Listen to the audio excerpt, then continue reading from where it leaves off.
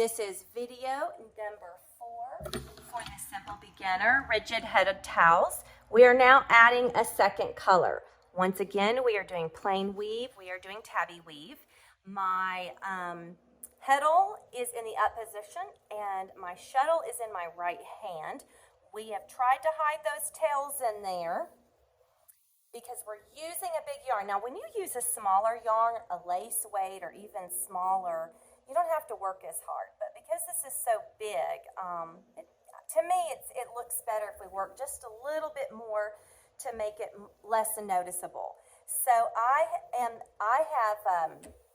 beat that. I'm in the same shed. I'm still in the up shed. Okay, now my shuttle is on my left side, but I'm not ready to do another pick. I've got to hide this tail again. So what I'm going to do is go back in here, and I'm under this last warp, but I want to make sure I'm always wrapping around that last warp. So I'm going to go over the top of that, and I'm going to go under 2 warps, and I'm going to kind of finger this in place. I'm putting this warp on top. I'm putting this tail on top of my last pick, 1/4 of an inch. And actually, we don't even really need a needle.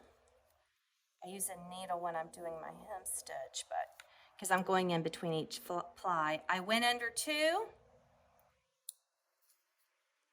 pulling that away. I'm going under 2 more warps, and I'm pulling this down because I want it to be on as much as possible on top of my last pick.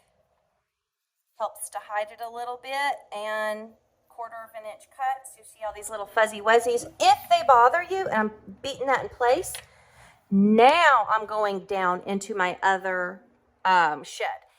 If this bothers you, then just go ahead and trim off this, because all that's going to happen is that look how much, I have got like 2 inches here. All that's going to happen is when this shrinks, maybe a little tail pops through the back, and you just may, after you wash it and dry it, you just may have to trim from the back. I find it easier to do it from the front, but it's up to you. So as you can see, I'm going to do a couple of picks. My heddle is in the down position. I'm coming from the left side. And once again, I am going to work on supporting my edges, pulling any extra tension out of my yarn, and beading. Going back up, my heddle's in the up position, shuttle is in my right hand, pulling through at an angle. Everybody's angle is different, okay? Finding your angle is the secret, so I'm pulling it, any extra tension out of my pig. I supported my edges, and now I'm beading and back down. And you're going to continue to do this if you follow the pattern for 3 inches. If you do what I suggest, where you have a ribbon, go ahead and mark it. This is 2 inches, so I need to go up another inch. And so once I go up another inch, I'll show you what that looks like. Once again, we'll be hiding the tails, and then we'll go to color A, which is the body of our